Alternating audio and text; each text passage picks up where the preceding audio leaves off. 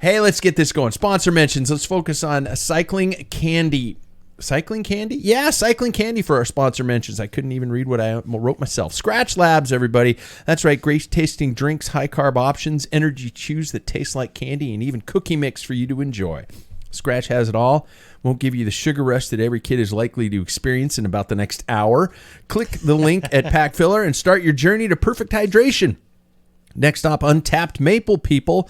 Finest fuel from pure Vermont maple syrup. Small enough packets to actually hand out at Halloween if you were into that sort of thing. The kids would probably give you a pretty weird look. However, it would power them through the night with great tasting, easily digestible, quick calories for the whole trick-or-treating journey or on your long bike rides. Again, use the link once again at Packfiller. And finally, athletic brewing people. Yeah, mom and dad need proper road soda to follow the kids out there in their trick-or-treating rounds. Skip the booze because it's fattening and very likely illegal, depending upon your community guidelines. Grab a Packfiller can koozie and an athletic of your choice. So many to choose from. Athletic Brewing Company. And I do want to mention it's not technically a sponsor, but a good friend of mine, a friend who I've never met, one of those online friends, Lance Hamilton with Emotive Audio Agency. He is the original composer of the theme that I just start right now, and he is also writing us all types of new music, and it's going to be coming over the next couple weeks, so big thanks to Lance and Emotive Audio Agency. You can check them out. There's a link on Packfiller for that one. Cool. I did not know that. You didn't know that. It sounds quiet in here because there's none of those. Well, no Sam. Yeah. Bitch. Hey, everybody. I turned off the porch light. No disruptions from the studio door of kids having their nights ruined because mom told them to put a jacket over their awesome costume. Did you ever have that? No. Mom told you to put a jacket on to cover up your cool costume? I quit trick-or-treating when I was in third grade. Sorry. What? Yes. I was not a trick-or-treater. I hated it. You hated it? Yeah, I hated it. Well, I'm not a big fan of Halloween anyway, but people like it, so anyway. Learn something new every day. Yeah. Welcome to the full-size candy bars of cycling podcast. Welcome to the Packfiller Old Man Edition. I'm Pat Bulger, and we're a few riders down. Tonight is a two-man breakaway. Let's see if we have enough fuel in the tank to stay away. With me tonight is the guy who doesn't have to dress up because he has mastered the art of the old retro grouchy roadie. Mr. Paul Main, how are you, man? Doing all right. Yeah. We have a quick prologue questions tonight, but it is two questions.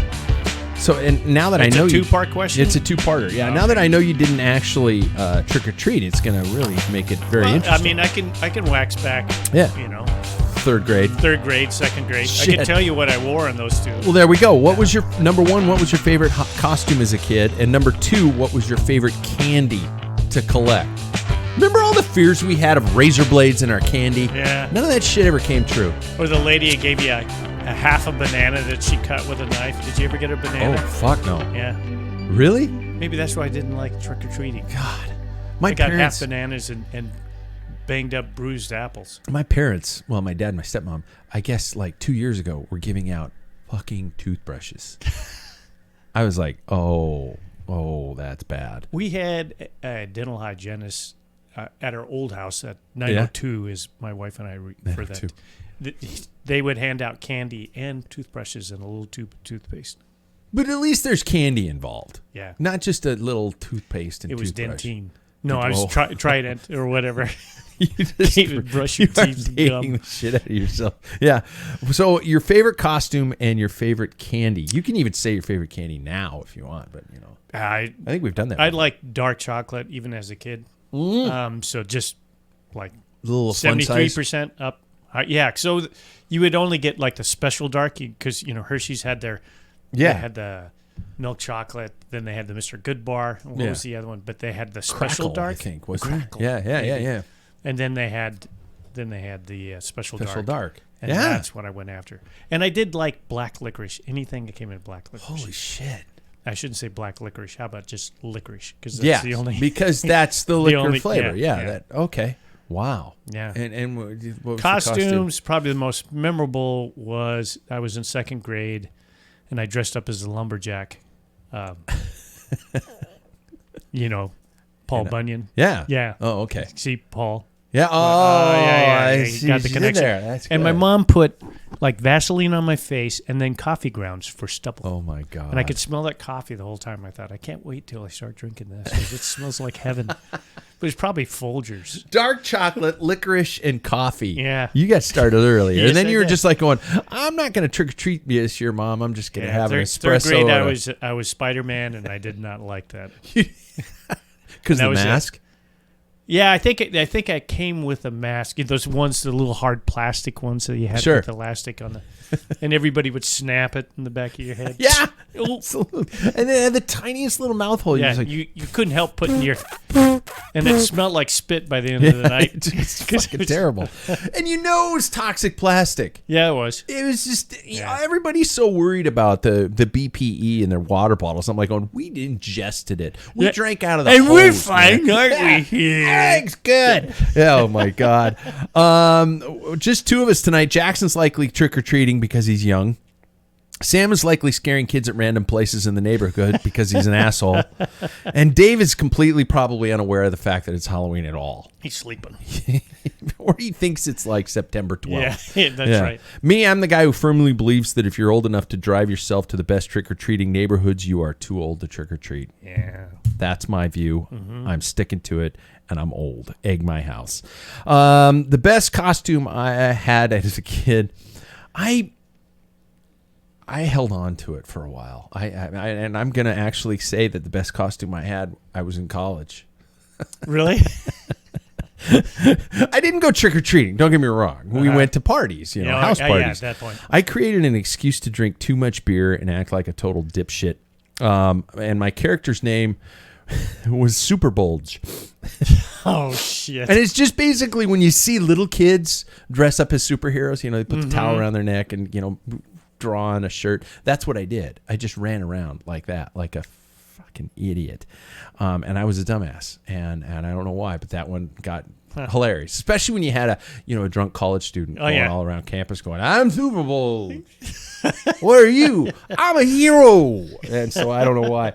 But my candy by far was and still is, I don't know why. I love dark chocolate, don't get me wrong. The flavored Tootsie Rolls.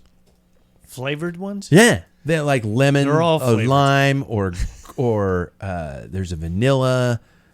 Oh, no. It's basically like eating, if you put a flavored chapstick in the fridge and you took it out and you just ate it. You got to cut the little lines on it, right? It's basically it. They're really kind of nasty, especially if you eat enough. It's just like you ate a candle. Do they make the big Tootsie Rolls that look like a turd? Yeah, they still make those. Yeah. Wow. Well, not the huge ones. Now they're just fun size. I think they're just regular packets, but they're still about size of your thumb. Yeah. Yeah, and it's just. I remember a guy at a liquor store told Jackson once that they'd help him whistle, which was really creepy if you think about it. Yeah. But I remember he ate the Tootsie Roll and he went, "Oh my God, Dad, he's right." There's this guy behind the counter. Yeah, he's a little kid, and I got him in a liquor store. You make him put poopy pants in his pocket. His pocket, yeah. What kind of father are you? What's going on here? Speaking, my wife and I, we went to dinner before we got here, before we even saw our grandkids. Yeah. But we were talking about, we kind of forgot that we used to hide out at Benedito's. Yeah. And not hand out candy. This is like the first time we're down in our condo, and so we forgot about it being Halloween, and we go to this restaurant and everybody's dressed up. Oh yeah, it's Halloween. Oh shit! But I said, this is the best one I saw. There was a restaurant that actually made what's his name? Something Frere. Guy Fieri? Fieri. Yeah. That guy that dives dungeons or whatever. Dungeons, yeah. Diners, drives, and dive-ins and dash. Yeah. So they did an episode down at Peekaboo's, which is no longer here, but it was a great little place. And we went there, and one of the waitresses had this T-shirt. It said, "Go Ceiling." I'm like, I don't get it. Ceiling, like. Yeah. And I'm sorry, I got to ask. I'm a Ceiling fan. Go Ceiling. That's good. I liked it a lot. That's really good. Yeah. Holy shit, that's really good. One year, Michelle, when she couldn't come up with something, she wore a sweatshirt, like just a pullover sweatshirt, not with a hoodie, and she just hot glued cotton balls to it. and she walked around with a spray bottle of water, and she was cloudy with a chance of rain. Somebody had asked him, and she'd just spray him in the face. Yeah, I'm cloudy with a chance of rain. And I was like, God, that's nice. That's really good. Those are good ones. Yeah. Yes. And we tonight, you won't. When I said in the opening, you won't hear anything here. Our dogs go too nuts. Especially Bender. If somebody comes to the door, he freaks out and he tries to get to him, tries to get out. And so we just over the past years have just gone, we can't do this anymore. Just screw it. We're gonna turn off our lights. Somebody's gonna egg our house. Dope the dogs. Yeah, we should dope the dogs, but no. It's so we're just like, she's upstairs, just sitting in the dark, basically. Nice. How's your training going? We got to talk about cycling, and you can tell how mine is because I started with that tone. Yeah, I did a indoor ride. It must have been Sunday. Yeah, it was Sunday. And I started. It was my wife's sleeping up. We're in that loft. Yeah. So I thought, because that's some of the reason I bought the Core. It's a lot quieter than the Snap. Yeah. And so I thought, all right, I'm just going to have something. I'm just going to sit some time here and wait for her to say, knock that shit off. Yeah. And but she never did. And so what I did is I think it's on systems, of course, but it's the Sunday in Hell. Oh yeah, the movie. The movie. It's pretty and you low. watch it. Yeah, it's just like zone 2. Yeah. And so that's all you do. And for an hour and 45 minutes, I just sat there, and she never heard it once. So no shit. Mm-hmm. So you're telling I did me that. there's a chance. Yeah, I can actually work out while that was my biggest fear, is that I'm screwed. Is she a naturally light sleeper? Absolutely. Oh, that's the problem. Mm-hmm. Yeah. Almost. But I create white noise. I've got 2 fans going. Yeah. I have that. I can't say the name. It's the Amazon-based device next to my bed. And there are nights when I just need a little white noise. And so I'll tell her to turn it on and say, play brown noise. And brown noise? Brown noise. What's the difference between that and white noise? Brown is a little deeper, a little more bass. There are different, every shade of color is a different tone. Yeah. So maybe I've got blue noise. Yeah. Yeah. Yeah. See, it's I don't know, because it's a fan hum. That wouldn't be white, would it? I don't know. What's the ant rate? So Alexa, talking about play brown noise. See if you play it loud enough.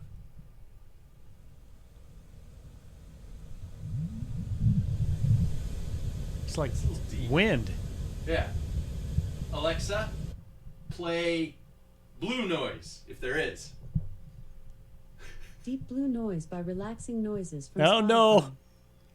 It's music. Oh, no. That's a little higher. Yeah. That's more like a fan. Yeah. So that's what she's... Alexa, stop. So yeah, that's what I do when I need to sleep. I should have actually ran that.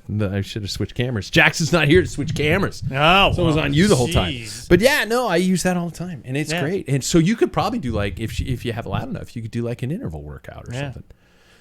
There you go. Yeah. I think I've hit a wall already.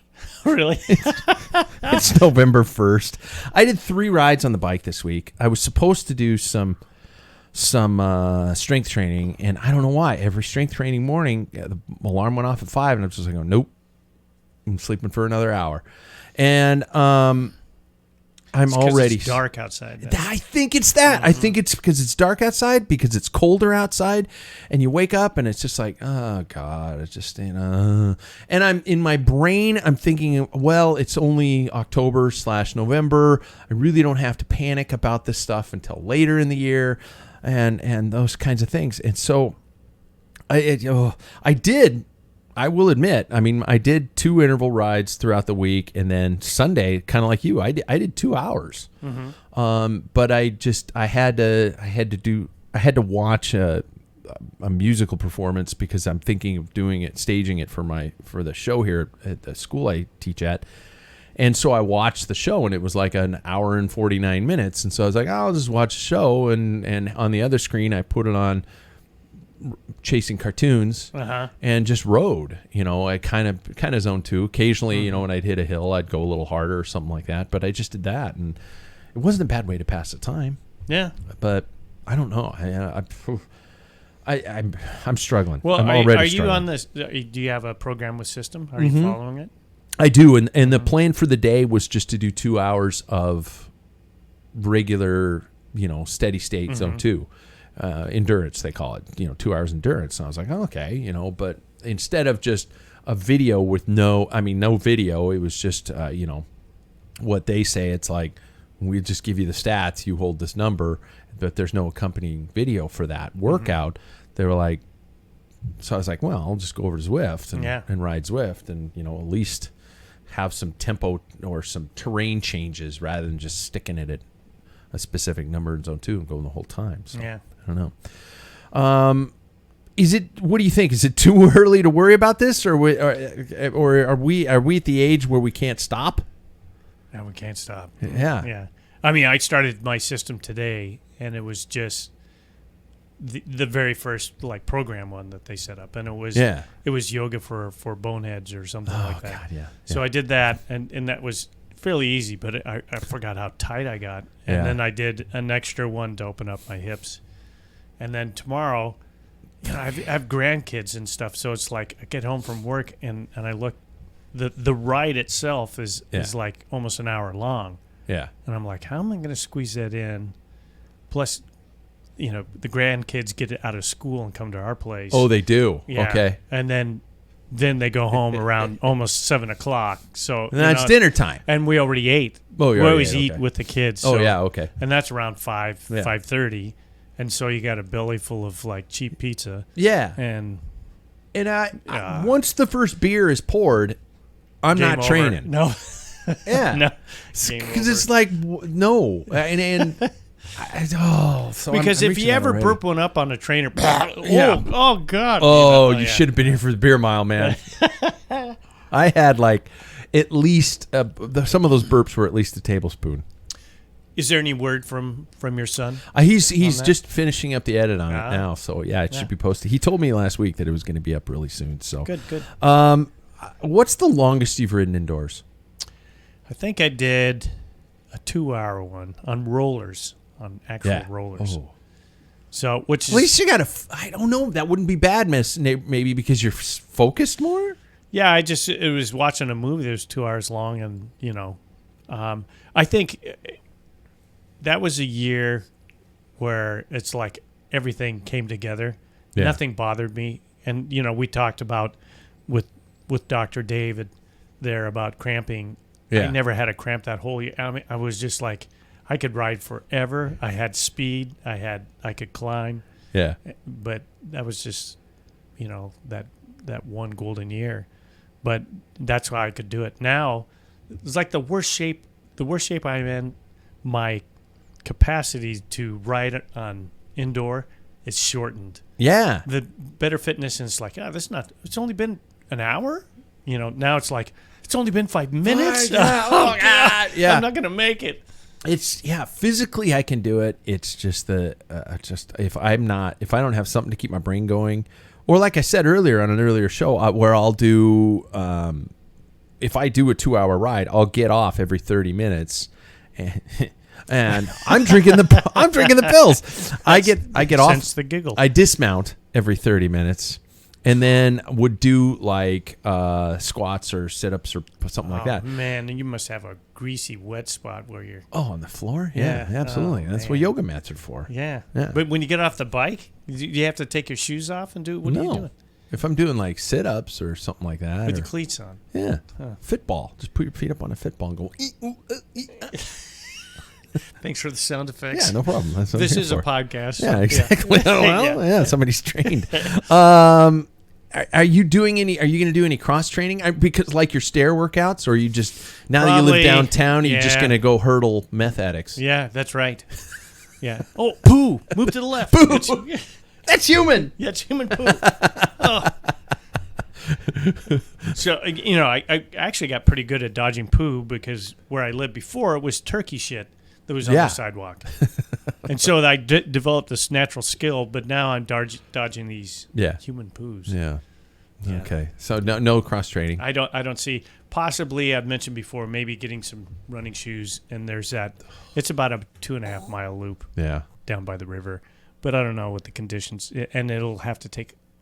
I got to feel really good about myself to go out and run. Yeah, But I don't know. it's hard for me to. Indoor training's hard enough, but to put on running shoes and run. And I don't know about you, but my first run, if I go out and my first several runs are I get so stiff, my calf, everything. I'm hobbling like my legs are, like I have a 2x4 shoved up my ass for the next like 3 days. That's right. That's flight of stairs where it's just a flight of stairs when your legs are sore is like a controlled fall. You just start at the top and go, oh. By the time you get to the bottom, you just hope there's something to catch you. So running, I'm not a fan. No. Okay, well, let's get to the news because we're going with this for the news now, I guess. You know, speaking of Lance, thanks, buddy. He's got more for us coming. He says, check the headlines. Shall we? That's what old people do. Let's watch the news. So here we go. First story. Wait, what? Wout Van Aert is expected to make, you ready for this, make his Giro d'Italia debut in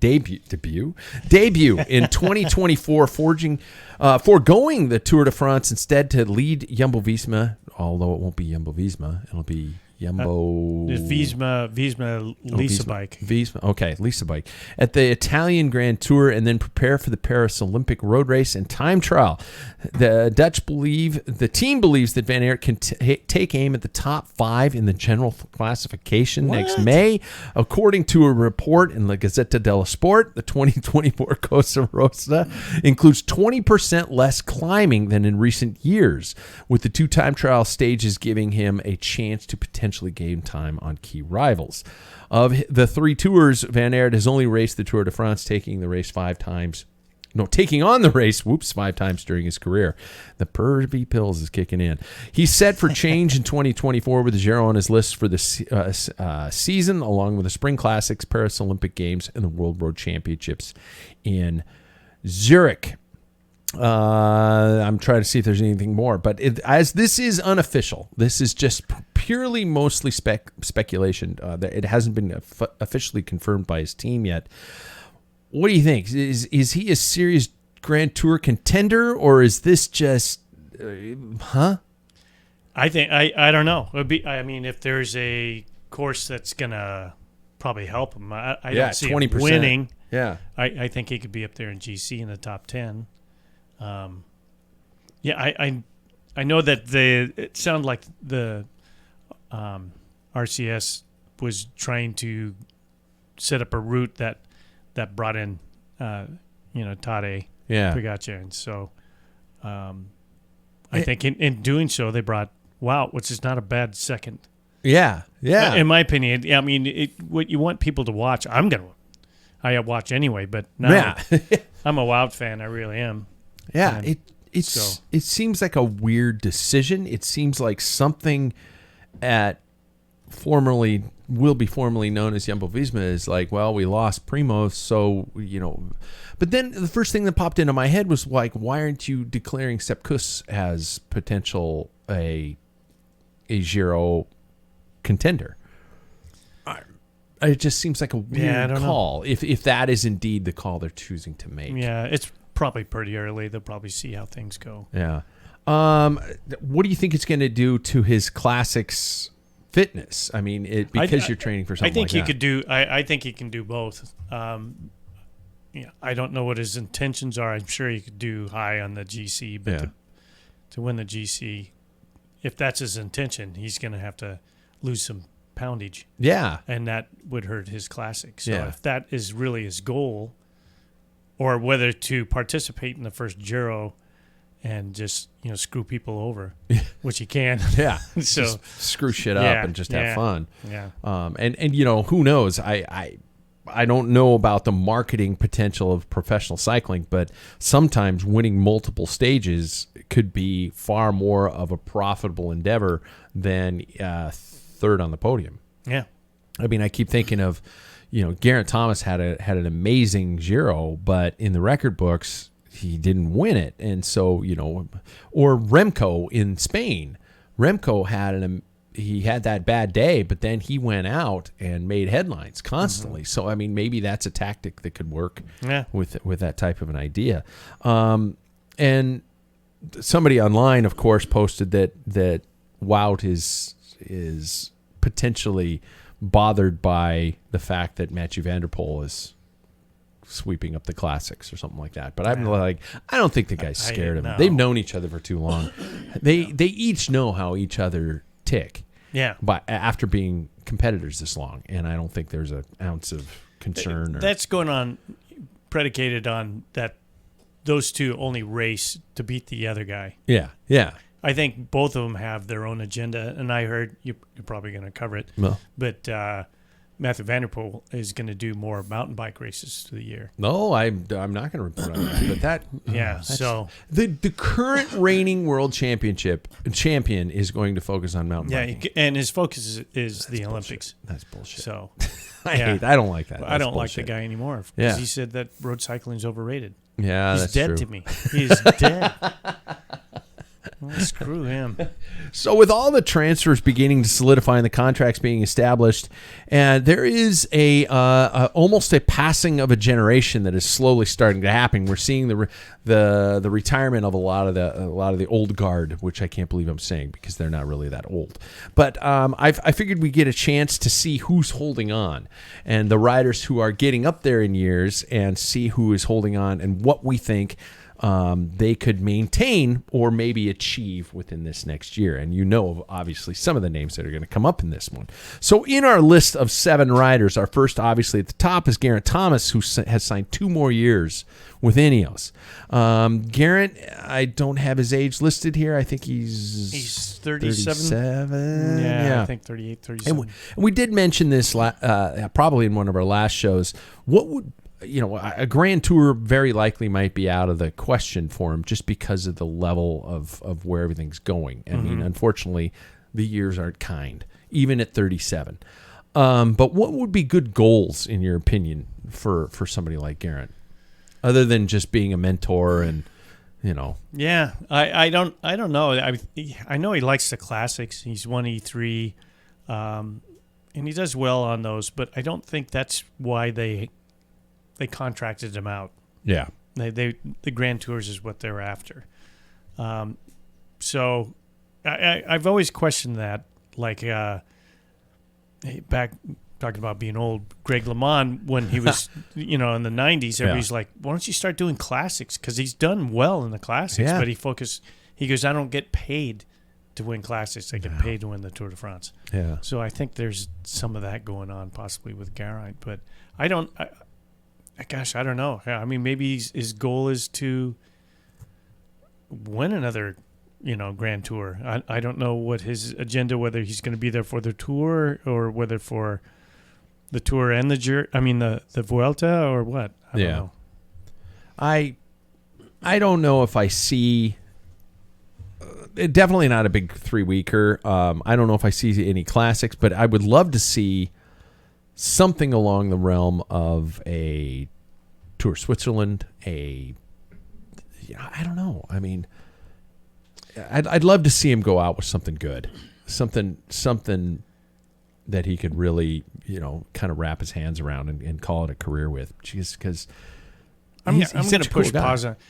What are your opinions of Tour Switzerland? The 1-weekers? The 1-weekers. Tirreno Adriatico. And stuff like Paris-Nice. I like them. They're fun to watch. Yeah. But do you ever, when you think about somebody, they're like, hey, that guy's really good. He won Paris-Nice twice.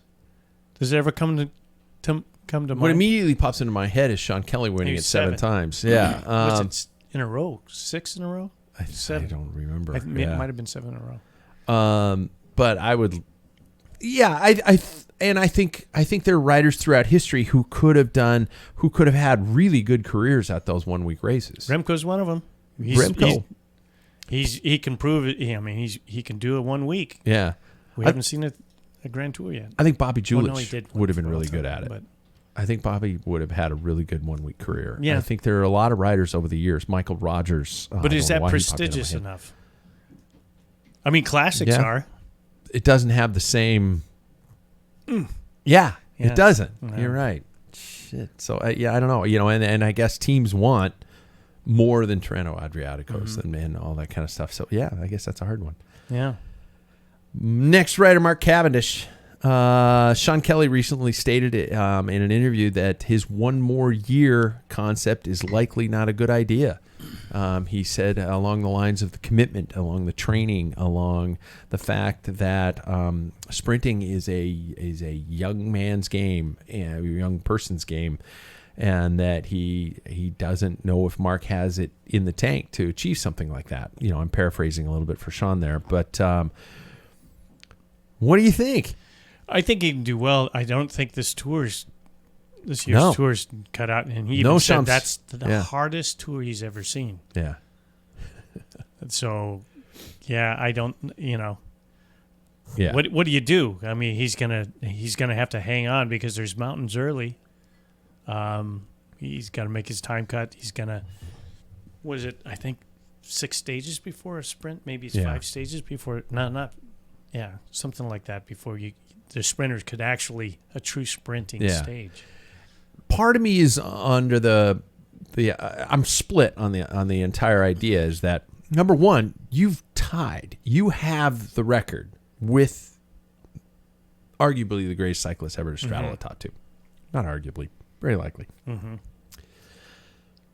I understand the desire to achieve this, to see if you can do it, to say, hey, let's just give it one more shot. But I think regardless, he should walk away with this with his head held high. I don't think they're the same record.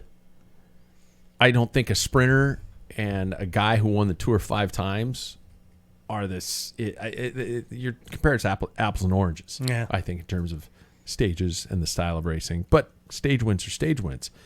So part of me is like, go for it, dude. Let's see what happens. Part of me would be a little bummed if he broke it because it's apples and oranges. Yeah, I battled with that myself, and I was sitting there thinking, but I know, and down deep that Merckx won time trials, mountain stages, sprints. I mean, he's won every type of stage, so that would be in the back of my head. Yeah. And still, what an amazing was it 36? Yeah. No, what's 35. 35. They're at 35, yeah, but 36 stage. I mean, tour stages in That's your career. amazing. Whether it's sprint, time trials, or whatever, Yeah. that's still an amazing feat. Yeah. So. All right, next rider, and some of these are going to go pretty quick. Chris Froome, anything at all for him other than photo ops and TikTok videos? No, that's about it. Yeah. Yeah. And backpedaling on disc brakes. Yeah. And Okay, I agree. Yeah. Nairo Quintana, at the age of 33, has signed a 1-year contract with Movistar. Hopefully he knows that tramadol is really now officially a no-no. I mean, it has been banned by WADA. Mm-hmm. So it's like don't even look at the bottle. Yeah. It's got to be at least a kilometer away from you. Exactly. It's like making a proper martini. That's right. Shake the gin and look at the unopened bottle. There you go. So a 1-year deal with Movistar. Are we going to see anything out of Nairo? Well, Movistar has very Enrique little to lose. Mas. Oh yeah, yeah, that's about it. And then for stage win, what the heck? Yeah, the guy's looking for a job. You got an opening. I mean, Matteo Jorgensen is left. Yeah, so there's an opening for a stage. There is. So, and they probably got him a bargain price. Yeah, it's either that or go into the hospitality business, which is what he was doing. So yeah. Rui Costa is former world champion, going from Intermarché to EF First. Yeah. At the age of 37. He's crafty. I mean, he late in the season. Yeah. He certainly showed. I'm not a fan of his style of racing. Yeah. He's a sit-in. He is kind of a negative racer, it seems like. Yeah. But I think, again, probably was a bargain basement purchase. Might have been, yeah. And we know that Vauders is pretty penny pinching with his money. Yeah. So, and he doesn't have a lot of it. So, I mean, he's doing the best with what he's got. Michael Morkov we all know, 38 years old to Astana. Let's all be honest, he's got one job and one job only, and that's get Mark across the line. Absolutely. Yeah. And you couldn't get a better guy. Yeah. Oh my God. Yeah. He's just getting to that final K and saying it becomes the tactical mind more maybe than the horsepower. I don't know. Yeah, I think so. A little bit of both, but remember Mark Renshaw was Cavendish's leadout guy, and Mark said, a good leadout guy is all you do is just look at his back wheel and you just have 100% trust. You need that type of guy. When he was successful, Renshaw was his man. Yeah. He had success outside of Renshaw being his leadout, but his pinnacle was there. And he said, I just put the blinders on. And he just next thing you know, it's time to go, and I just punch it. Yeah. It just gets me to 200 meters, and I just light it up. And Markov's one of the best. And he does the same thing. Yeah, and they did work together at Soudal Quickstep too. So and I there's think, a relationship. Didn't they do some track work together? Because yes, so they know each other pretty well. Yeah. And last but definitely not least, Mariana Voss, 36 years old. That's all getting the power up there. to her. Yeah, she can. Just I think keep she's going. got more in her. I think she's got a lot more in her. So. I think women have a tendency to have a longer career, not just in cycling, but runners too. You start looking at some of these runners; they seem to really kind of produce. At Jenny Longo as a cyclist, she was cranking it out. Yeah, Kinda. Yeah. She had some help. She had some asterisks next to her name. Yeah. But, hey, so do a lot of people. But you still got to turn those styles. Yeah, absolutely. All right, let's jump into the topic for tonight. And because it's just the two of us old farts sitting here, I want to talk then versus now. I want to talk what worked, what didn't, what works, what doesn't. Paul and I have been at this for a freaking long time. What year did you start? I bought my first true road bike with the intention to ride was in 1985. Okay. To race. Okay. That was to race. I was 2 years prior to that. I was 83. I think it might have been late of 82, but I'm going to stick with 83. People our age have usually resigned to golf or pickleball by now. Yeah. And so just to begin, what was it about the sport that enticed you, that brought you in? Because you didn't necessarily have. My parents were the ones who were like, your ski coach says you got to lose some weight, so we're going to get you into cycling. My stepmom had done a good deal of touring and stuff like that, and so that's how we kind of fell into it. And of course, my dad knew Gino Lasecki, who took me out for a 30-mile ride, my first ride, and basically made me cry. Asshole. If you know Gino, you know that's something he enjoyed. Yeah. What got me into it was, I was a little kid. I was just crazy. I was at 3 years old. I was already on two wheels. I had training wheels for maybe 2 seconds to take it off, and you couldn't peel me off of it. And I always had probably the fervor for riding, and I always didn't. Where I grew up and everything. I knew people raced bikes. But there was no resources. Yeah. This is late 60s, early 70s. And, of course, when you get older, I had a neighbor when I was probably in 5th grade, and he had the bicycle guide. It was like a list of all the bikes. Okay. That you could buy. And there was one I couldn't pronounce. It started with a C. It was Italian and had all these Italian parts. Which later I figured out it was a Clanago with Campanolo. Oh, okay. Oh, yeah. And it was like $500. That was like the most expensive bike. And I'm like, holy cow. I got to have one of those. Someday, I can't imagine how fast this thing was. Yeah. But then, I played sports I've always been that way. Nobody in my family were sports-minded. A little brother played football and wrestled. But I played football, basketball, baseball, and did everything. Yeah. And not until I was 200 pounds, extremely drunk, watching CBS Sports, and they had the 1984. They had the Paris-Roubaix. Yeah. And I watched that, and I thought, oh man, no shit, you just found that randomly. Yeah, I was probably drinking, the hair of the dog from the night before, and that came up, and And, of course, I was in college, so I had, the kegerator. So I was just like, this is awesome. I talked to my older brother who had I don't know if you remember, Mayata bikes.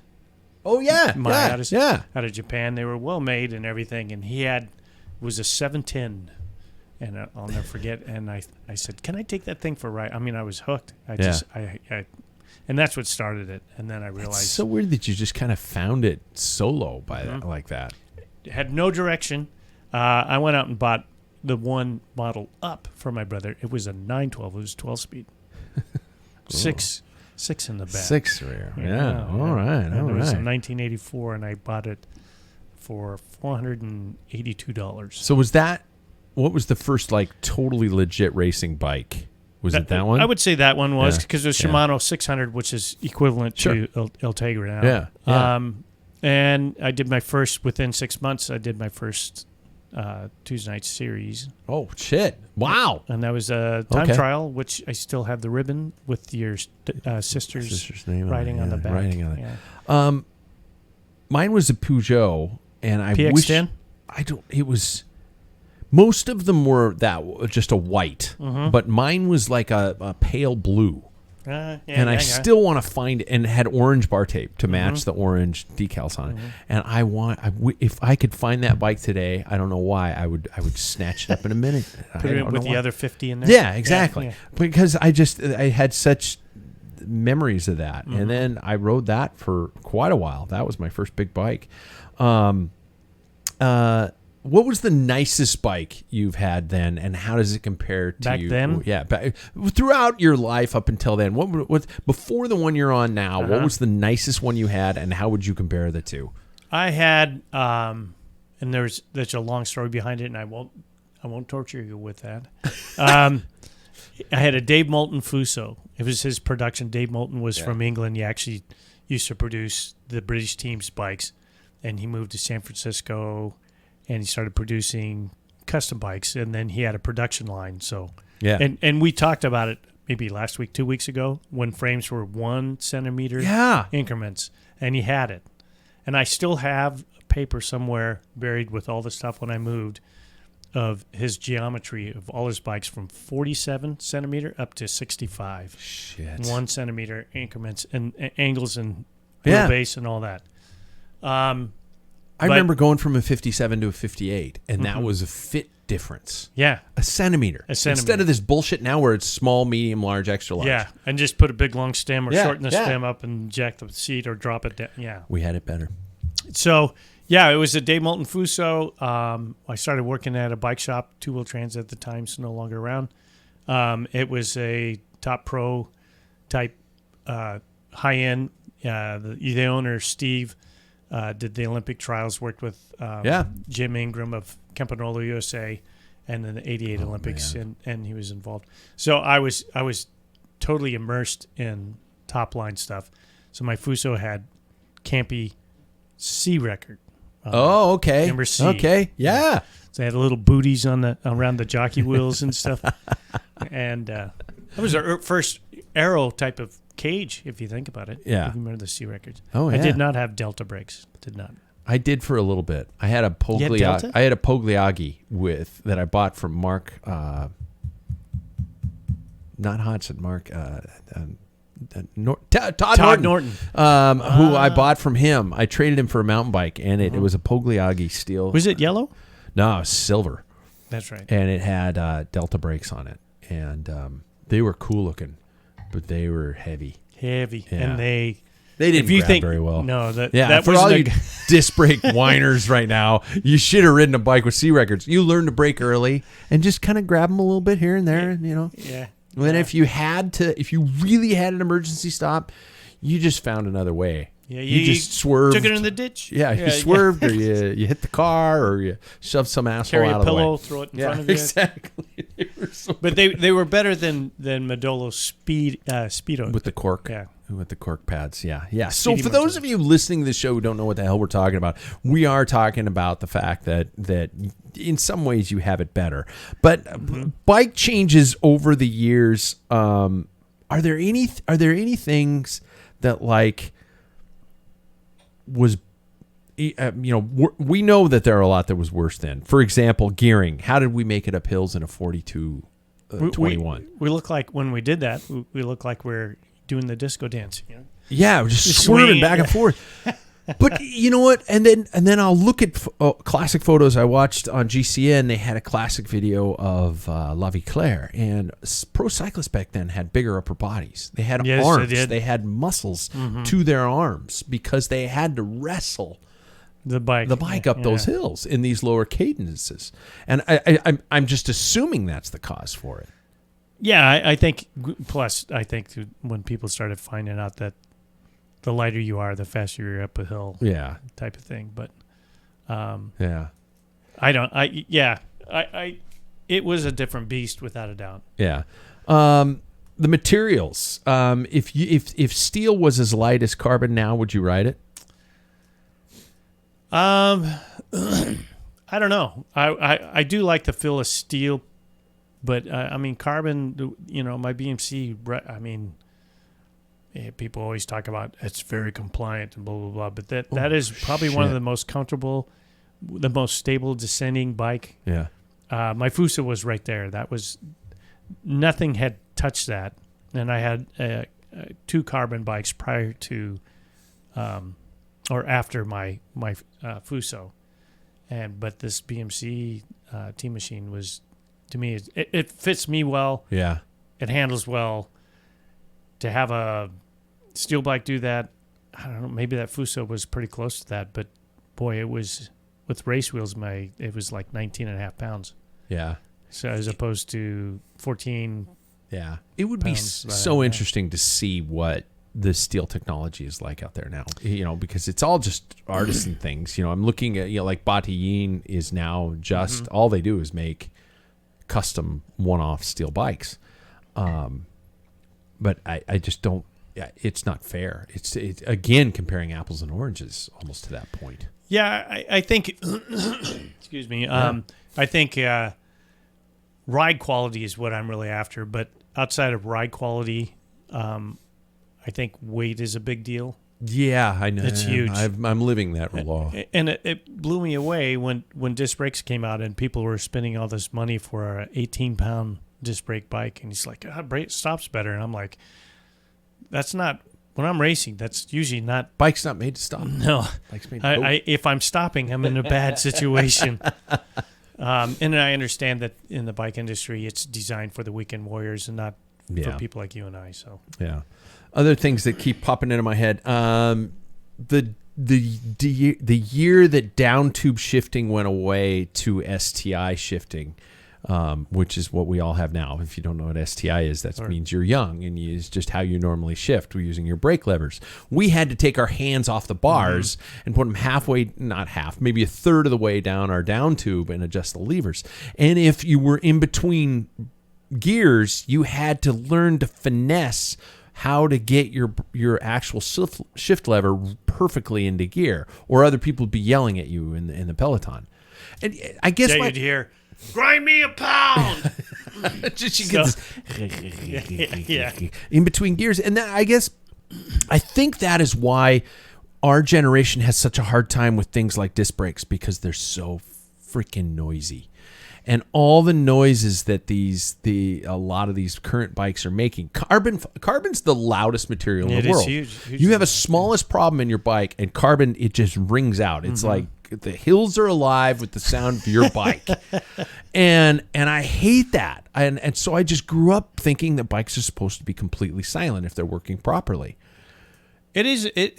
Yeah, I think that's a point a lot of people don't realize. I mean, you ride tubulars and stuff. There's a certain sound to tubulars on pavement, and it is like sings like the angels. Yeah, or singing or something like that. I don't know. That was such a big change, and I was late to it. I remember because I didn't have the money, so I rode down tube shifters into the 90s. Well into the 90s, because I just didn't have it. I didn't have the money to go out and shell out for new gear. And I remember one time looking at my now wife saying, I'm getting my ass handed to me in crits because even just reaching down that, short amount of time to reach down and shift, I'm losing 1 to 2 seconds of reaction time. And she's like, really? Really? You don't if you're just not think there, you could train harder? I'm like, no, I can't. I want new stuff. But that's a good point. I mean, there's, for me, I never went to SIS or index shifting down tube. Yeah. One, I was either. running Campy, and that was the worst index down tube shifting system. Talk about noise. Created. Every time you shifted, bam, crack, crack in between gears. Yeah, it sounded like you were breaking your bike. So I was riding. I had Campy retro friction. There was Simplex that Yeah. Down tube shifters, and they were they were sweet. That's all I rode. Quiet, yeah. Yeah. And I don't know about you, but I never had a problem once I got retro friction, like trying to hit that sweet spot so that it wasn't grinding. No. It was just, because it was so easy to move. Yeah. The old shifters were a nylon, basically friction that you had to tighten down a D-ring onto that. Yeah. There were times I'd reach over and have to tighten it a little bit of a screw, just because it was like, oh, I'm slipping gears. The retro,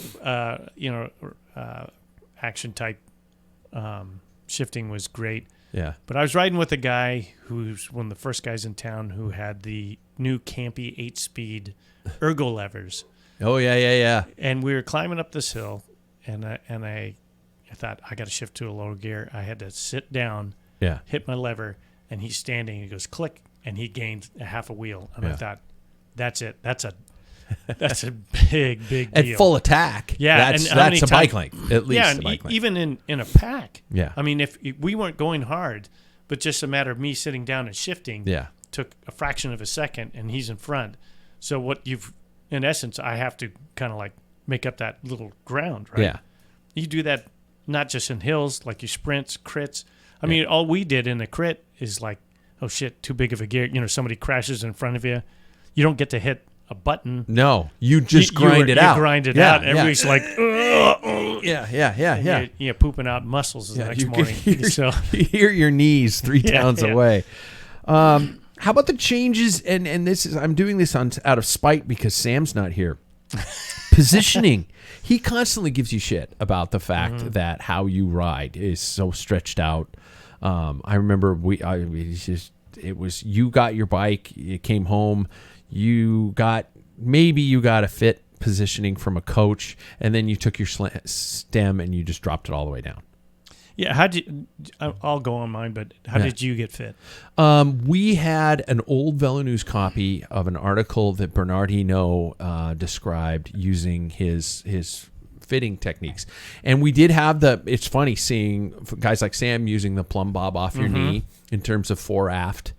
We had the rule that if you are in the drops on a trainer or something, even riding, and you look straight down, and if your hub is in front of the stem, if you're looking straight down and you see the hub in front of the stem, if you can close off that hub by placing 2 fingers in front of your stem, you're pretty close to where you need to be. Saddle height, we always did the classic bring it down, or pedal a little bit and then bring your foot exactly down to straight up and down. And if you could lock your knee out, but it would shove the pedal forward, you were pretty close there too. Yeah. That was how we did it all. And we did that with every bike. It was more of an eyeball kind of a thing. Yeah, and I didn't have anybody, so mine was all reading, and I got the Eddie B book. Yeah. About racing, and one of the things that fitting was figuring out ideally 90 your seat height should be at 96% of your leg extension. Oh wow. And okay. there was I think if there was a formula, somehow I actually took the time to do that. and mine was talking about your front hub, what you would do is right on your hoods or your drops. Yeah. Because our drops are deeper, way deeper back then. Yeah. And that's where you rode most of the time was in your drops. Yeah. The hoods weren't, because when we got bikes, we had cables going over the top of your hoods, so you didn't put your hands there. Big old rabbit ears. It was like, you usually put them in the drops. Yeah. You did that for climbing or changing position. Yeah. So if you're down in your drops and you look down, ideally a stem length was ideal when you couldn't see the hub. Yeah. And that's after you never wanted it behind your bars. If it was behind your bars, you were way too short. No, if the hub is behind your bars, you're too stretched out. If it's in front, you're too short. Yeah. Okay. Yeah. So okay. Yeah. You're looking. You needed your hands out a little bit. Sure. So. Yeah. Exactly. And that's how I did it. And yeah, I mean, it was just reading books. Yeah. And then looking in the mirror, and then watching, John Tesh produced Tour de France stuff. Yeah. And Do you are you finding yourself? You still. Sam would probably classify your position as still a little old school. Yeah. Is that because it's what's always worked, or is that because if you were to switch, it would probably break your body? Yeah, that's funny because I was thinking about it when I was on my trainer for this last weekend, and it's like I'm writing when you're watching yourself on TV or whatever you're doing, chasing. You get yourself in a position you don't normally ride. Yeah, and I don't do this as a game. I don't get on these trainers as a game. I'm doing this to supplement actually riding on the road. Yeah. And so therefore, I need to keep it as close to the road as possible. That means my position. I don't want the new Zwift trainer to have a little button to shift because I'm not going to have that on the road. No, I agree. I I understand what it's for, but that's not for me. Yeah. So, so I'm thinking, because I'm watching my power as I'm changing my position, watching the TV, and I'm more comfortable, and it's easier for me in the position that I've developed, probably because I developed, and Sam will probably let me know, that years and years of doing this, I'm more efficient this way. And I am naturally more limber person, so I can get down lower too. But I know that I can't crank out the watts that you guys do. I cannot. Every trainer I've had, any type of power, I even had somebody gave me a power tap wheel. Yeah. And my numbers are not good.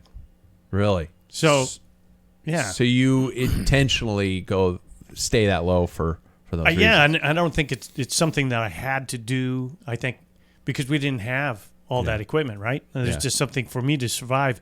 I found my way of bridging that gap. Yeah. I got down lower and I was able to bridge as opposed to being upright. Whatever. It's just kind of something organically came about. Yeah. Okay. Racing styles. We have seen speeds go up. We've seen tactics change. We've seen teams change. What was the best? What was the worst? For example, there's some things that pop into my head in terms of this is at the pro level.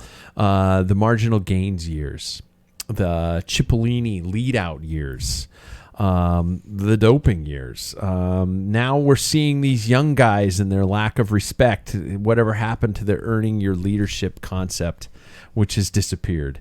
And of course, the Hinault style patron of the Peloton.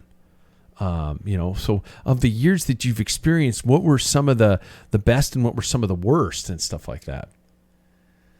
Man, I think the best are the transition periods. Yeah. So we really? Yeah, and I like because we had the dominance of most people would understand based on time. That Sky, Ineos years that transition to the youth. Yeah. But I don't think that's going to last for a while because I think all of a sudden that those youths are still pushing out. These are unusual pack of people, and I don't think it's their age so much as that we just came across. We just got some mutants. Yeah.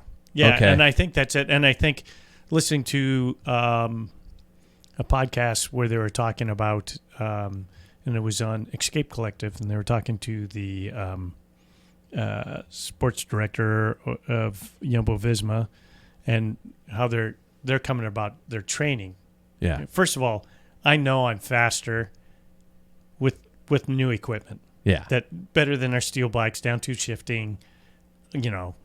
There's a lot of advantage to the new stuff. But now these guys are getting to metabolic, using metabolic testing and all that type of thing because recognizing that everybody's different. Now, getting back to my position, I don't think everybody would benefit what I benefit from my position. Yeah. And we all look as humans, I think we have a tendency they want that silver bullet that, hey, that Lance guy, spins a lot. Yeah. Well, it doesn't work Everybody for everybody. changed their cadence Yeah. immediately after Whoever that. wins, that's what they're going to do. Marginal gains, I'm going to spend all this money. I'm going to buy a Pinarello. Yeah. I'm going to do, and I'm going to win. And it doesn't work for everybody. And I remember the first when chain waxing came out. That was that huge thing. Yeah. Everything's about a watt here and a watt there and all that sort of thing. I didn't like that mentality because it became what you could spend money on. Yeah. And I miss kind of sometimes just the simplicity of just riding, just I miss the tactical element of it. The Cipollini lead out years were awesome years, but they did become fairly formulaic, where we didn't have a whole lot of that classic. And it was very much like the Froome years or the Lance years, where it almost became a given thing. You just see a team at the front busting balls and whittling it down and then taking the win. And those were boring years to me. I think that's getting back to my point. Is the transition is like, how do you, even in the local the U.S. crit scene, how do you battle Legion? Yeah, you start your own train next to them, and that came off of like in Cieco when they were doing that for Cipollini. Yeah, is everybody else is like all of a sudden you don't sit behind them, you create your own. Yeah, you get next to them, and that messes them up. Yeah. Because the rotation or however they're going to pull off, the wind's coming to the left. You start your train to the right of them. They can't pull off, right? Yeah. That's when it gets exciting if there's like a dominant period. I think so. Yeah. And are we ever going to see the patron of the peloton anymore, or do you think that is just a thing of the past where we had one rider who could, Bernard Hinault could go to the front of the peloton and say, my guys are tired. Don't you dare attack until we get to the last 50K of the stage. I don't know. It may come around. I think Fabian Cancellara was probably the last known one. I mean, he could say, conditions are bad. No one's riding. Really? We're rolling in. Yeah. But I think we're gonna find somebody like that. I think eventually things do go in a cycle. Let me see here. Fashion styles, man. We started with hairnets. The helmet revolution alone has gone miles. I'm still trying to find the perfect helmet for me. I haven't found it yet, and I've been looking for my entire life. I wrote an article just today for Cycling Weekly talking about the fact that there were some helmets in the days that resembled basically like a reflective salad bowl that you would just put on the top of your head. And you owned one? No, my first helmet it was a Bell, and it was terrible. And then we went to the Broncales, which was just a small layer of plastic with very, very poor ventilation, if any. It was a hockey helmet. Yeah. And then my dad bought the Bell V1 Pro that was a huge, thick version that tried to look like a hairnet. Hairnet, yep. And then fortunately I got involved with Giro as a on a prototype kind of level, and had those for a while with the Lycra covers. And those were good. That started it all. It did. I called Giro the OG of helmet design. And you guys don't know how good you got it now. Yes, I have a constant sweat problem, and if somebody's found the perfect sweat solution I'm not wearing a fucking headband, and I'm not wearing a stupid little Marco Pantani pirate hat on my head, and I'm not wearing a cap. So tell me if you found that perfect one, because I haven't found something that ventilates well. It just runs straight into my glasses. All my sweat does. Makes me mad. All these years, all this technology, and they still haven't figured that out. Kits. Did you ever have a wool jersey? Yes. Yeah. I had several. Really? Mm-hmm. My wool jerseys were primarily long sleeves. I had one short. My original one was a green and black one made by Pace, I think it was. Okay. Do you remember Pace? Yeah, absolutely. And it only had 2 pockets. It was a race jersey. And then I bought when Bridgestone was kind of bucking the system back in the 90s when things started getting crazy. They went bikes, retro, which is huge. Hilarious. Yeah, yeah. And I had a wool, believe it or not, a Belgian national team jersey. It was made out of wool. And so it had the Belgian colors, and then it was all blue. And it was all wool, long sleeve with Brazilian nut. They used the shell of the nut for buttons, and it had buttons on the side. It was like a turtle. Oh, my God. They were so cool. And a moth's got to it. Oh. That was one of the coolest jerseys I ever had. But anyway. Over time, I miss skin suits with proper collars. I don't like exposing my collarbone these days. I feel like weird in the new skin suits where it's got like a lower deep neck. V-neck. Yeah, I feel like it. I'm just like, there might be some hair poking out. I don't want to do that. Does anything top the 1980s, 90s La Vie Claire in your opinion as far as pro team kits? That was kind of, I think, some of their uniqueness to me was that nobody had even thought of something like that. The Mondrian was above and beyond. Yeah. As in style, I like Fossil Botolo back in the 90s. Yeah. It was very simple. Blue and gray and white. White, yeah. And then it was Super Conflicts in the 80s. Yeah. It was a green with a white panel Love across that kit. those two. Yeah. I remember Claude Croquetion with his Hitachi kit, which was bright orange, which was really an eye catcher. In fact, we designed a team kit very similar to it back in the day. Yeah, where our beers are empty, so I can't say who came up behind the design of it. But you want another? I do. Okay. But I'm going to have to talk the whole time while you reach over there and do that. There were, and the classic Renault kit, which was when I first got into the sport. And for those of you who are going, wow, these guys are old, look up some of these old designs and stuff like that they used to do back in the day. Because the styles, and in fact, those Packfiller mugs I made that are on the website, are very much, that's more than enough, man. Are very much that they're based off of those old retro jerseys, and they were just, it was a beautiful thing back in the day. Well, I have something to say about that, and that is the cut of the jerseys. Yeah. Do you remember all of them? We used to have, you had the jerseys you would come down halfway down your butt. If you had anything in your pockets. Yeah. Yeah. Well, and even then, they were cut longer than now. They're up tight. Yeah. They're really tight. Yeah. And good race jersey, if you have pockets, if you don't have open shoulders, which you probably don't, you probably struggle to get stuff out of your pockets. Do to this day.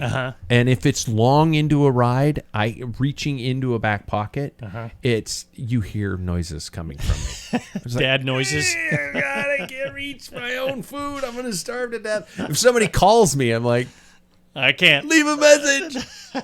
Yeah. Well, and the other thing is short length. Yeah. So there was, when I got into it, it was like kind of where it's at now. And then it got really long, like almost like right above your knee. See, I like them long. Yeah. So if you look like an 87, you start looking at 87 Tour de France. That was one of the great ones with Stephen Roach. Stephen Roach, yeah. Yeah, won that one. Hey, you interviewed him way back in the day. Number 5. Yeah. Yeah. And then they started creeping up. And then I think it was probably about 5 years ago, I'm like, those are getting kind of short. And then now they're starting to come back down. Yeah. It's like basketball shorts. Yeah. Remember when the days when basketball shorts were like these huge, like they were running up and down the court in like tents. Yeah. It was like somebody's been shopping at the Big and Tall, and like Big and Tall. Just put a belt in it, cinch it up. Yeah, exactly. So okay, moving on. Real racing, like amateur racing, and this is going to sound like, I know this show sounds like a bunch of old guys longing for the old years, but we had races all the time, almost every weekend, and we talk about this on the show. We had fields that were big. I mean, I remember going to Milwaukee and doing Super Week with fields over 200 riders. Races now are struggling to survive, sending out messages of cancellation because their registration numbers are so low. On that note, how often did you pre-register as opposed to just going to the race and signing up? Back then? Yeah. You had to, or you didn't race because there wasn't a slot. I mean, you had field sizes. Sure. That's true. That's true. When I got started, Volunteer Park, my very first crit was Volunteer Park in 87, I think it was. I mean, I did road races and time trials prior to that, so that was April of 87, I think it was. there was 2 fields of Cat 4 at 75 people, and if you didn't register, you weren't getting in. So you couldn't walk up to the venue. That's 150 Cat 4s. Wow. And, you just raced 2 different races. And they had, if you think the races started at 8 and didn't finish till like 4 because there was 2 Cat 3s, I think there was. Junior fields, too. If you didn't register, you weren't getting in. Yeah. Our weeknight races would have 40, 50 juniors. Easy. Yeah. And I just, we're waxing sentimental about this, but I just want the listener to know that this was something that happened, and it needs to be something that could potentially happen again, because we're losing, we're missing out. The sport is fading away into obscurity, and that's what makes me sad. I mean, prizes. Every race gave away a bottle and or a T-shirt if you signed up for a race. If you pre-registered for a race, you'd get that. And nowadays it's people are sad that they don't get a swag bag or something like that. But I mean, I remember I still do probably somewhere in this house, God knows, bottles from races, and it was just a cool thing, and it was what a great advertising concept for that race to get people to go. Hey, what's that one? Well, when is it? And they go out. Preems and crits. Massive. Cash, where people pass around the hat, stuff like that. In some of the crowd bigger preems races. would be 100 plus. Yeah. For like even Cat 3 races. Yeah. You would see that. And a Fonda was called a Century. God damn it, Yeah. and it was the same damn thing. It was getting on your bike, riding for either a metric or a non-metric century, and having food stops. Yep. And now people are. I'm gonna sound like a grumpy old asshole because it's Halloween, and I don't think you should trick or treat over the age of if you can drive yourself, you shouldn't be trick or treating. But there is no difference, except people are taking Fondos so much more seriously. It's like, no, you're doing a century. It's just relax. It's not a bike race. I don't consider it a bike race, and I'm sure some people are angry at me for saying that. But once you time it, because then it becomes, centuries, I guess, competitive. Yeah. I think locally there's like the Rotary Club has a spring one. Yeah. And it's not timed. And it became, for those, I never did one. Did you ever do that when you were racing? I did the autumn century. With my family. Yeah. Yeah. But it was towards the end of the year. So yeah. You weren't training. You weren't. Oh, no. We just ran out and rode. Yeah. It was a training ride. Yeah. And it was not only that, I mean, that I looked at those not, with arrogance or snobbery. It was like, no, let those people who enjoy riding bikes, let them ride bikes. They don't need somebody all decked out and slamming it and running up. Yeah. They don't. That's their event. That Ours was for tourists. Yeah, and that's not a term of I'm demeaning somebody by calling them a tourist. No, and that's what they wanted to do. Yeah, and I look at like the Spirit of Gravel basically is that same mentality. It's like we just want to go out and have fun. Yeah. Oh, and gravel races are pretty brutal. But they are now. Yeah. But that's not the original part of concept. It was like people are wearing suits and ties, a crit. I mean, not crit, excuse me, cyclocross. Yeah. People are going out and having just a blast. And that's excellent. Yeah. And they don't need a bunch of us who want to like smash each other into the ground and run them to the ground. That's intimidating. So I think we need to stay clear of that. Speaking of which, did you ever do any of the bizarre design formats of races? I remember Australian handicaps. Never did. Which was an interesting design. For those of you who don't know what that is, it was they would handicap your starting time. So everybody was in the same race together. Every single category. It was one race. But they would start some of the slower categories earlier. You'd get a 5, 6, 10-minute advantage. And then the pros 1-2s are starting 30 minutes behind everybody, and first person across the line wins. Yeah. And so you're just going, you can't slow down. And I remember racing 3 of those style of races in my day. And one where the pros 1-2s got so cocky, that a woman who started basically by herself won the race. She didn't know she won. She just got to the finish. She's going, why hasn't anybody caught me yet? And she won it. I was on one on a racetrack in Portland, and it was the biggest bloodbath I've ever been in my entire life. Because once the fields caught each other, it was this huge, gigantic group of people at all different levels of racing. Recipe for disaster. And there was a crash in front of me that was so. Actually, at one point, the race cars came out onto the course because they thought they could warm up, and a couple of the race cars went into the infield and spun out because instead of killing us. Yeah, this is fucking racing in the 80s. And the crash in the pack was so bad that I remember closing my eyes and making it through somehow. And when I opened my eyes, I looked down at my lap, and I am not exaggerating, there was a human tooth in my lap, and it wasn't mine. Mm-hmm. Somebody's tooth broke off and was in my lap. Say, I shaved that spine. Can I get that back? Yeah, just absolutely lunacy. We had, you'd go across the state to race a single-day time trial. There was one called the Hell of the East. Oh, yeah, that was awesome. Great. And it had over cobblestones. brick cobbles. Yeah, and it was just a one-day race. This is a time trial. I love that race. But and there's usually a crit or something the next day in another town. Yeah. That was a completely separate race, too. Yeah.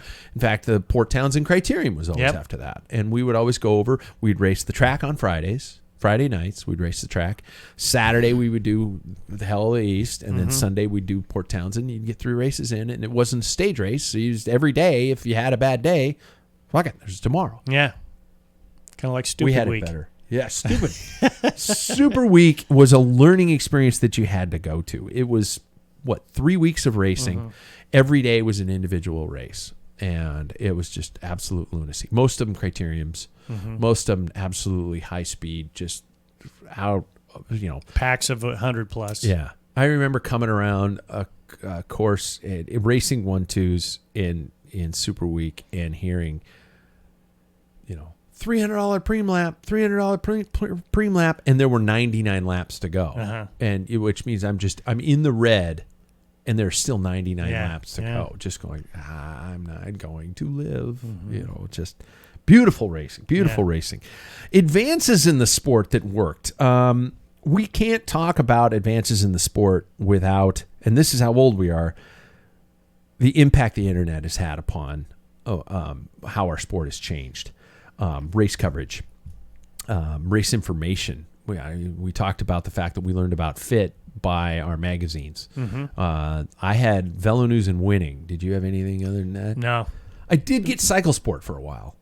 I did. But that was in the 90s. Yes, that was Late in the 90s. But in the 80s and early 90s, it was those two. Winning was for the pictures. Yeah. Velo News for the reporting. Yeah. Because Velo News was on papers, on newspapers. And it was bi-monthly. Yeah. So you would, if Paris-Roubaix, we would not know in the 80s. We didn't know who won Paris-Roubaix until Velo News came out. Yeah. 2 to 3 weeks after the race. Isn't that crazy? Yeah.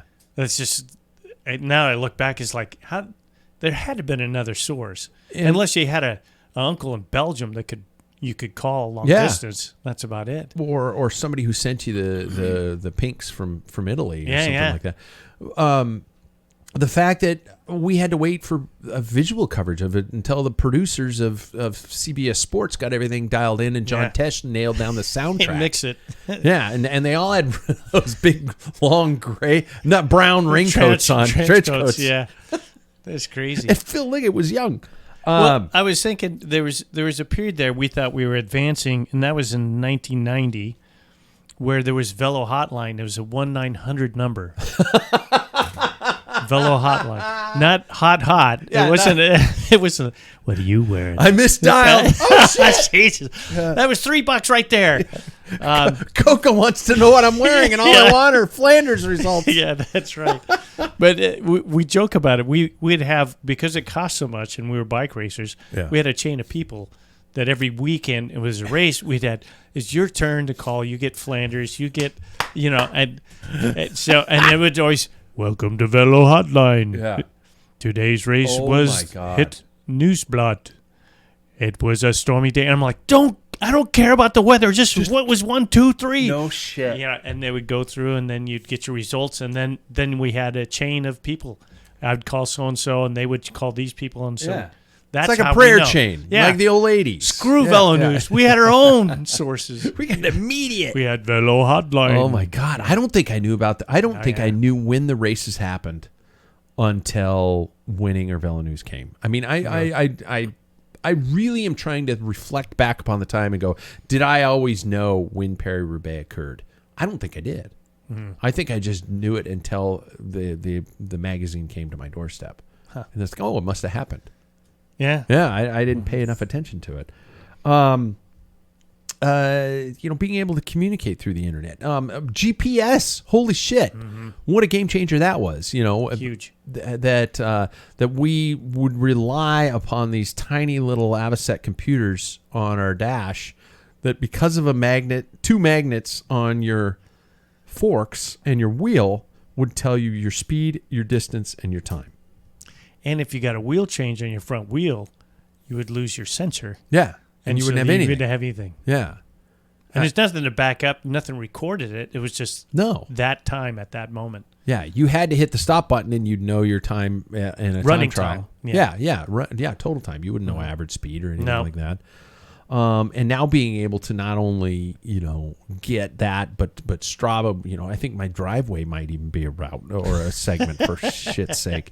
And that stuff is just unbelievable. And bringing power into that equation is so unbelievable because going beyond what we had for perceived effort, you would do your rides based upon what do I think out of a scale of 1 to 10 is a 7. That's my time trial pace. And so I ride at a 7 to 7.5 perceived effort. And I know for a fact that because of pain thresholds, two people probably had a different 7.5 perceived effort. Mm-hmm. And we didn't have the ability to track that in terms of actual wattage. And I don't know. Yeah. Well, I think I was, again, thinking about it again while I was sitting on the trainer. We didn't have that perception. And going back to that director who was talking about how they analyze, they don't use FTP for Jumbo-Visma anymore. Yeah, we're now at a completely different phase where that's going away. And he says any seasoned rider knows about, they don't need that number to say, oh, I'm at 325. They know. They know what 325 feels you do like. it long enough that they know what it is. So we've gone back. Yeah, in essence. And I think it's a good thing, but then for me personally, the last computer I put on my bike was in, 1990. It was a state championship, and you probably heard this story 100 times. It was a state championship road race, massive crash. It was a brutal race. I was number 2 to go down. The guy overlapped a wheel trying to put a water bottle in. It was pissing down rain.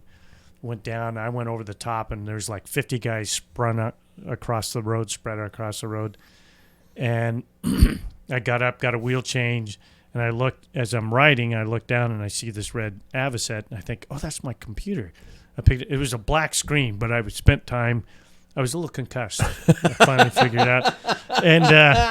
And I put it on, and I'm riding, and it's like, I just couldn't afford a new one. Yeah. They were like $40. That's a new tubular, which I needed to replace because it got sliced by the guy's chainring that I went T-boned. So...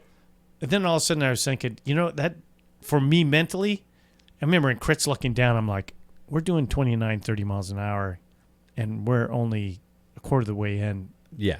I started playing mind games. Oh, is that why you took it off your bars? That's why I have never put them on my bars since then, because then I just start hitting this panic button. It's like, all of a sudden it's like, what the heck? I can't sustain this. Yeah. But if you don't know that information, it's like, I just have to. You have to do what you have to do. That's a great way to put it. But not everybody operates that way. Some people panic because they don't know where they're at. They don't see their watts or There's whatever. There's just a different style. Like my dad, when he was a fighter pilot, he said there's 2 types of pilots. There's the seat of your pants and the instrument guys. Yeah. And the guys that do instrument are really good in some situations, and then sometimes they get bogged down in the seat of the fly in the seat of your pants. Those guys have the advantage. Yeah. So it's just how you operate as a human. That's a great point.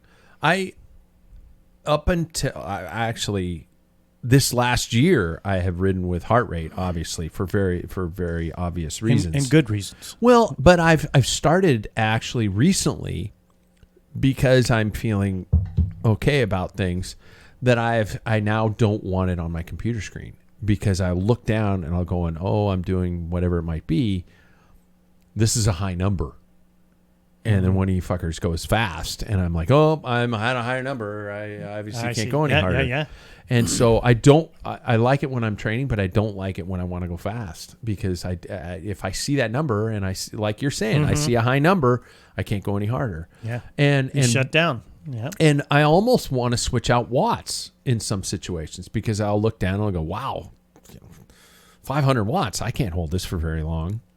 Well, I've heard a lot of pros will not put that in a race. Yeah. They will not look at their watts. Yeah. You almost want a simplistic screen. I would like a screen that shows me speed, time, and miles, especially time when you're in a timed crit. Mm-hmm. Yeah. I want to know how many minutes are left. I don't want to have to wait to go around the finish line and see the clock and, oh shit, I forgot to see the clock. How many laps do you think are left or something? How much longer do I actually have to do this? Those types of oops, that last part wasn't supposed to. So it's been just an interesting growth period. Is there anything you want back? Yeah, and that I don't know how it's going to happen, but the excitement of road cycling where we had two fields of 75 of Cat 4s, and I think thinking about that, I think. The average guy could spend $400 on a road bike. You're not going to get and that. let's say even with advancing with inflation and everything, let's say $2,000. I mean, that was a decent today's $2,000. Yeah, you could take today's $2,000 and buy an entry level 105 race bike. Absolutely. Yeah. And that's not happening. No, because of technology and everything. That's got to kill it. And I know that bike industry, I was going to read an article before we got here, but I didn't have time. But they're hurting big time. And I think not 100%, but some of it is that we've made it so advanced. Yes, it is an improvement. I mean, I'll even say disc brakes. Yes, they stop better and everything. But you heard it, yeah. But are they necessary? A Halloween miracle. Electronic shifting. Yes, it performs, and everybody tells me, I'll never go back, and I understand that. I do too. But those two things will not make you win or lose a race. I agree. And some people will disagree, but I agree. Well, between a mechanical. It would be hard to convince me in a mechanical shifting that you could win a race from that. No. The way our clusters are so close together anyway, a mechanical is just like snap. My SRAM Red 11 speed, I don't miss a shift. It's like I don't even think about shifting. I just do it. It's, you do it long enough. It's not like I need to shift now. That's not the process. No, you're just riding and it's click. Yeah. And it never misses. Yeah. And but I think on disc brakes, maybe in the rain, without a doubt, you could lose a race if you had carbon wheels and rim brakes. But people would hear you everywhere you are because what the sound disc brakes make in the rain. Oh my God! Every race, I mean, I can't watch cross. It's terrible. Yeah, sounds like people are just stepping on weasels. Yeah, stepping on weasels. I miss. If there's anything I would want back, it would be mandatory race promotion for every club. And I know that's a pain in the ass. And if you don't put on a race, you pay an unattached rider fee. I think we got to do that. I think that's the only thing that's going to help us. I think people have to put on, even if they are, hey, we're going to put on a time trial, but you only can pedal with your left leg, and it is on a Tuesday at 11 o'clock at night. Congratulations. you found a loophole, but you still had to put on a race. I think that's the only thing that's going to save us. I would agree on the point that there's a lot of skin in the game. Makes people, if you have to do that, then you're serious about bike racing. Yeah. Just clubs. As a promoter. Just clubs. Yeah, just clubs. Yeah. But as a promoter, I mean, it's just with all the things. God, that's the thing that killed it. Yeah. More than anything else. Yeah. It's our litigious society. Yeah. Yeah. Is there anything you're really, really glad is gone? How much time do we have? Yes. I think it's the Aero helmets with the little shields. Yeah, those aren't very old. No. The mushroom heads. Yeah. They had all those clip-on. Giro had their little Aero. That was dumb. Yeah. And I hope the stupid whatever windsock specialized. Oh, there was some those are stuff. bad. Yeah. Yeah. And that's recent. I just want that to go away Yeah. because it just doesn't make sense. And I'm sure they're fast, whatever. But here's something I want to see go away is now, as much as I love time trials, I think time trials are out of control. In terms of financial requirements? Yeah, bikes. So and Mercs, everything. you want Mercs? I wish it wasn't, but I think that's where you have to go. Yeah. And strangely enough, I don't know if you follow. Got a drink? Oh, Turd to Bloom. yeah. Thanks, Ace. Guys keeping bike racing going in our That's state. the biggest. That's going to be huge. He's trying to draw in national teams now. Yeah. And so now there's 5 stages in 4 days. Yeah. One of the things is to draw those people in on the TT. He said he was doing Merck style. I might have to say, bring your Full TT, bike. lunacy. Yeah, but that's only for the Pro 1 too. And I'm Yeah. thinking that's fine. Yeah. But it's those smaller teams that are probably gonna. You have to bring 2 bikes, and it just becomes. I mean, his logic is a team's coming, and everybody brings their bike and wheels. That's enough to haul, not 2 bikes and more wheels. Yeah. So, yeah, kudos to him for really trying to put this and thinking it through, and he does. He puts it to the people. But I think you're looking at, and I love time trialing, but you start looking at how technical and these, the bars that are made, 3D printing that are formed to each person. Yeah. And if you're off now by a little bit, you lose 30 seconds. Yeah, my time trial bike that's in your hanging right in that room. Yeah. that is like outdated. I mean, that's 10 years old. That thing's was better than a regular road bikes. And that's all I'm doing. I'm the guy who's just clamping on bars and how riding his successful road have you bike. been against people I with TT? suck donkey Yeah, balls. you can't I'm you can't terrible. do it. Yeah, So therefore, I think it needs to go away. and it never will. Yeah, and you start seeing these guys, Especially with the triathlon game, where you've got a lot of riders that's who fine. that's their primary bike, but then they use that, and they'll transfer over and they'll do a road race, and they just have a really nice high-end aero bike. Nothing against that. I can't believe I'm actually being nice to triathletes right now. I think triathletes. I think they should. They can go wild on that TT because that is very important to their sport. But I think road racing. I think we lost. I mean, you think the origin of time trial was just what you had. Yeah. And then it You started against in the the bike. 80s. Started going crazy. Yeah.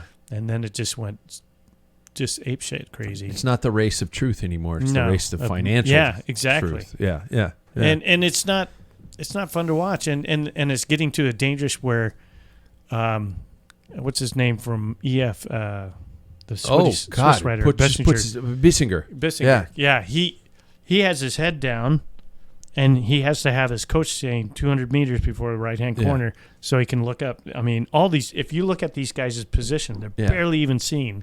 Yeah. And how many what happened to the Swiss rider at Stefan Kuhn. Yeah, Stefan Kuhn. Oh my God. I mean, head down. I mean, Yeah. everybody's like, "Jeez." Yeah. And that's what Ingel Bernal crashed on, training on that, and then Froome, and this got to Oh my stop. God, they all did happen on TT bikes. Yeah. It's got to stop. I think it's out of control. That's a great point. Are we better off? What was the best decade of bike racing in your career? I loved the 80s. I did too.